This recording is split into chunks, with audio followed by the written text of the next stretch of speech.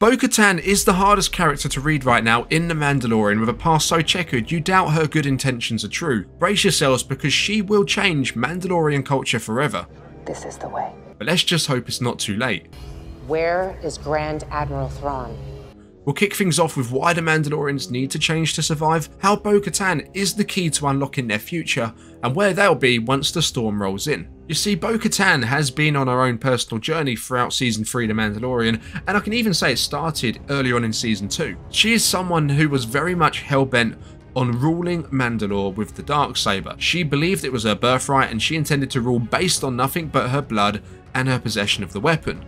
But this, of course, all got flipped on its head. This all changed when Din Djarin won the Darksaber from Moff Gideon. Soon after that event in the Season 2 final, we learn her forces melted away. They abandoned her. She had nothing left to offer them, so they deserted her. She was also left with nothing herself. She felt defeated, dejected. Effectively, Bo-Katan's game was over at this point.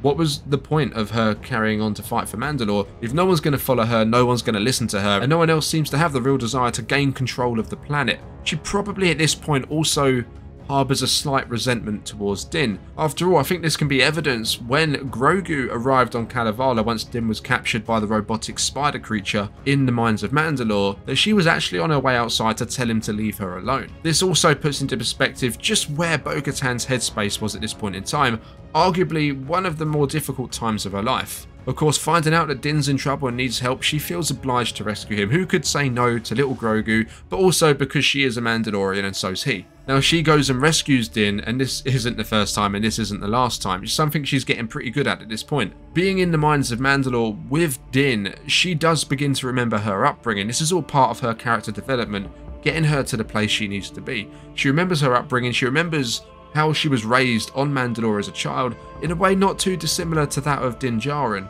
as that's typically how things were done back then. And of course, seeing Din Djarin's continued devotion to the creed, to the way of the Mandalore, struck a chord with her. It was a mixture of the surroundings and who she was with. It began to soften her in a way. And this is where she starts bringing up her father and how she took the creed in the Living Waters herself. And right now, Bo-Katan's character is the weakest we've ever seen her in The Mandalorian. And this is when she has her ground-shattering experience. She witnesses the Mythosaur inside the living water, and at this point, everything she believed is thrown into question. Has she been wrong the whole time? Has she been wrong to not walk the way of the Mandalore? Are the children's stories, as she calls them to Din Djarin, true? She doesn't know which way's up and down at this point, what to believe. Have her eyes deceived her? Did she actually see a Mythosaur? What's going on? And this is the reason why she kept the whole reveal to herself. She didn't tell Din Djarin initially. She wasn't convinced herself. That's definitely what she saw. On her way back to Kalevala, things then go from bad to worst for her, as her home is then destroyed by Imperial bombers. So she's got no forces, no home,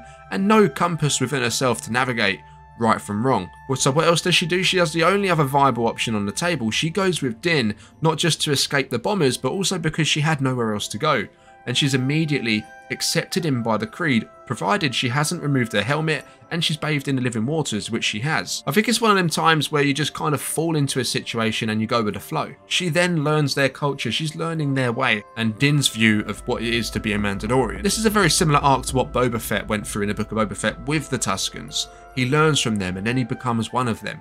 Now Bo completes the highest honour of the creed, and that is by saving a foundling. But this isn't any foundling, this is Ragnar, Paz Vizsla's son. Now Paz Vizsla did look set to be a potential adversary for Bo-Katan given the family's past, but it looks very much like Paz Vizsla is on board now because of what she's done for him, his son and the family by saving him from that bird creature. Seeing the similarities here, will she now lose someone just as Boba lost the Tuskens, but take the lessons that she learnt from them going forwards in her life? Regardless, Bo is quickly establishing herself as a leader within the Children of the Watch, but that is only one tribe.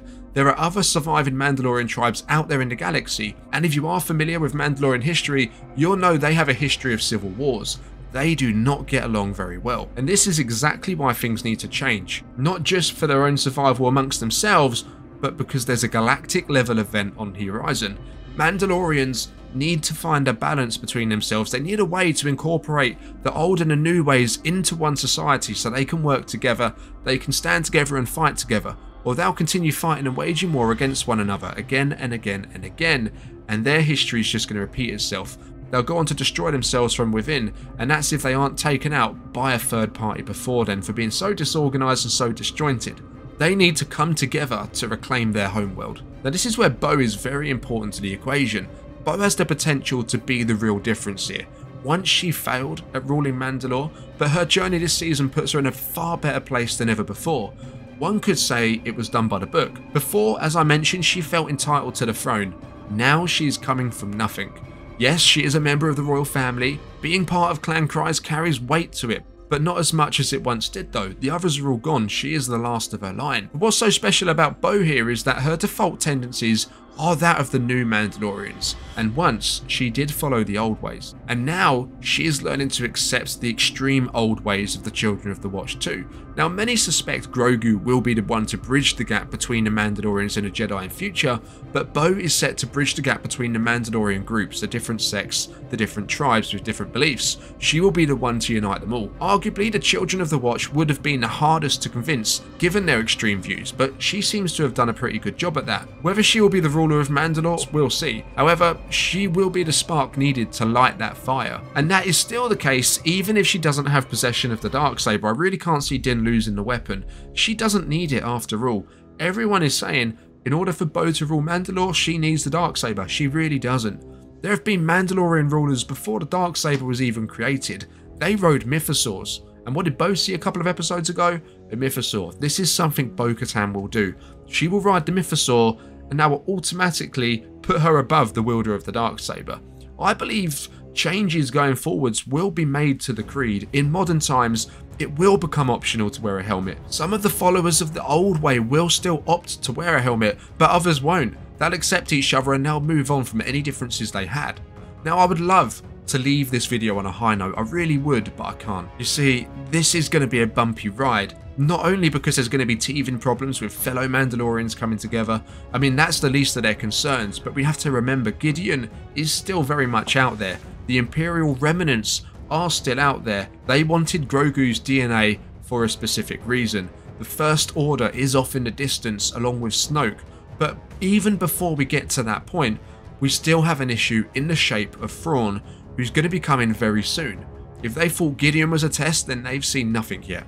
The threats they're going to face, even before the emergence of Snoke and the First Order, are going to be coming at them fast, and it will wipe them out 5 times over, unless they put aside the differences and work together to bring around a new age of Mandalore and a new ally to the galaxy. I ultimately do think Bo will succeed in piecing Mandalore and the Mandalorian people back together again in this season. And I think the season will end on a high note, but the story doesn't stop at Season 3. Season 4 is on the way, and developments on Thrawn will be coming sooner than Season 4 in the Ahsoka series, which releases this summer. Do you think Bo is the key to Mandalore rising up once again?